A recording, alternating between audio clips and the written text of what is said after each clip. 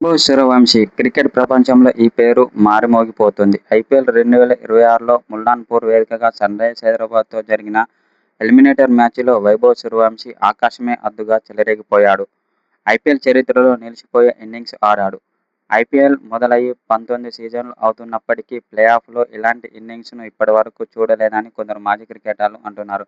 ఈ నాకౌట్ మ్యాచ్లో సన్రైజర్స్ బౌలర్లకు సూర్యవంశీ చుక్కలు చూపించాడు.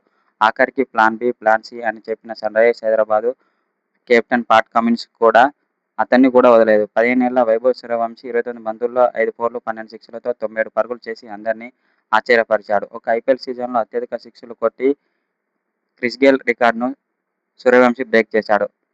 అద్భుతమైన ఇన్నింగ్స్ ఆడాడని సచిన్ టెండూల్కర్, యువరాజ్ సింగ్, క్రిస్ గేల్ అన్నాడు. అయితే వైభవ్ సూర్యవంశీ వంటి చిచ్చర పిడుగును ఐపీఎల్కు పరిచయం చేసింది ఎవరో తెలుసా? అతడు ఐపీఎల్ ఎంట్రీ వెనుక చాలా కథ దాగి ఉంది. వైభవ్ సూర్యవంశీలోని టాలెంట్ను తొలుత గుర్తించింది బీహార్ మాజీ స్పిన్నర్, రాజస్థాన్ రాయల్స్ టీమ్లో సభ్యుడైన సమర్ కాద్రి. సమర్ కాద్రి దేశవాళీ మ్యాచ్లో వైభవ్ సూర్యవంశీ బ్యాటింగ్ను మొదటిసారి చూశాడు. కేవలం 14 ఏళ్ల వయసులోనే వైభవ్ ఆడుతున్న అద్భుతమైన షాట్లు, అతడిలోని టాలెంట్ను చూసి కాద్రి ఆశ్చర్యపోయాడు.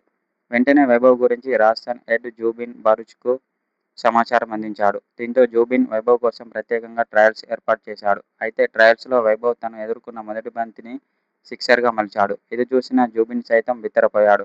ఎందుకంటే రాజస్థాన్ రాయల్స్ ట్రయల్స్లో అప్పటి వరకు సంజు శాంసన్, జైస్వాల్ మాత్రమే తాము ఎదుర్కొన్న మొదటి బంతిని సిక్సర్ కొట్టారు.